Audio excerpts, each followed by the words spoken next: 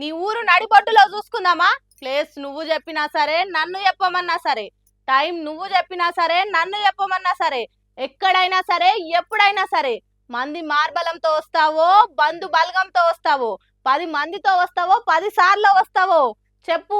సమరానికి నేను సై అనే సినిమా డైలాగులు ఉంటాయి కదా, సినిమాల లాగు అవే డైలాగులు తెలంగాణ రాజకీయాలలో నడుస్తున్నాయి ఇప్పుడు. 2014, 2019, 2023 నరేంద్ర మోడీ గారు ఇచ్చిన హామీలు, మొన్న 2023లో మేము ఇచ్చిన హామీల మీద మేము చర్చకు సిద్ధంగా ఉన్నాం.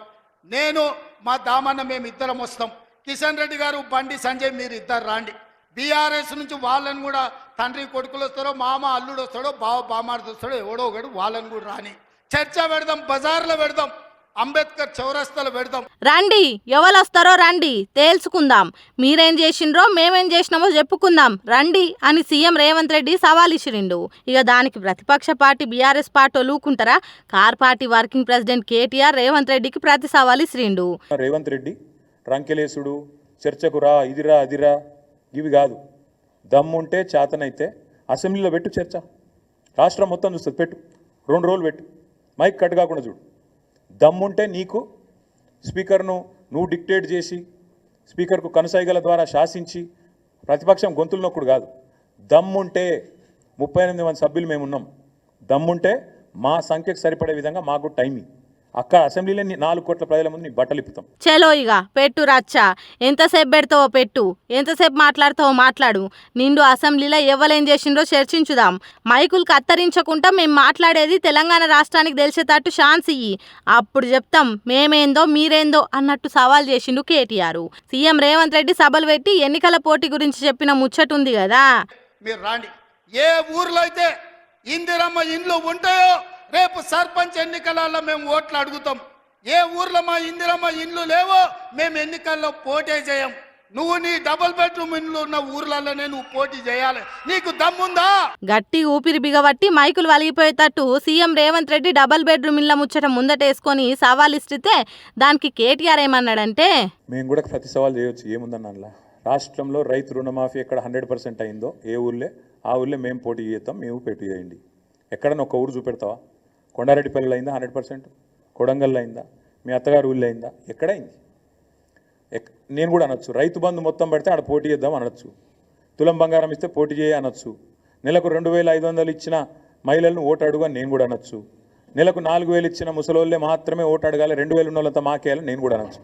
ఈ బజారు భాష, చీప్ టాక్టిక్స్, చిల్లర మాటలు, వీటితో ఇంకెన్ని రోజులు టైం పాస్ చేస్తారని నాకు అర్థం కాదు. అట్లా అడగాలని అనుకుంటే మీరు ఇచ్చిన హామీలు ఎవరికి చెందినాయో వాళ్ళే కాంగ్రెస్ పార్టీకి ఓటేయాలంటే మీ పరిస్థితి ఏం కావాలి? తెలంగాణలో సీట్లు కాదు కదా, ఓట్లు కూడా లెక్క పెట్టుకునే దానికి దొరకని కథ అవుతుంది అన్నట్టు చెప్పిండు కేటీఆర్.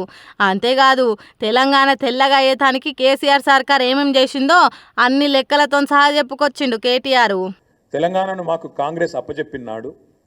ఆనాడు 10వ స్థానంలో తలసరి ఆదాయంలో ఉన్న మన తెలంగాణ ఈ నివేదిక ప్రకారం ఇవాళ నంబర్ 1 స్థానంలో ఉంది. మేము ఇచ్చిపోయినాడు 2022-23లో వీళ్ళకి అప్పజెప్పిపోయినాడు, నంబర్ 1 స్థానంలో ఉంది అని చెప్పి ఇదే నివేదిక చాలా స్పష్టంగా కుండబద్దలు కొట్టింది. తెలంగాణ జనాభా భారతదేశంలో 2.8, కానీ మనం ఈ దేశానికి అందజేస్తున్నది, జీడిపిలో సంపద సృష్టిస్తున్నది 5.1.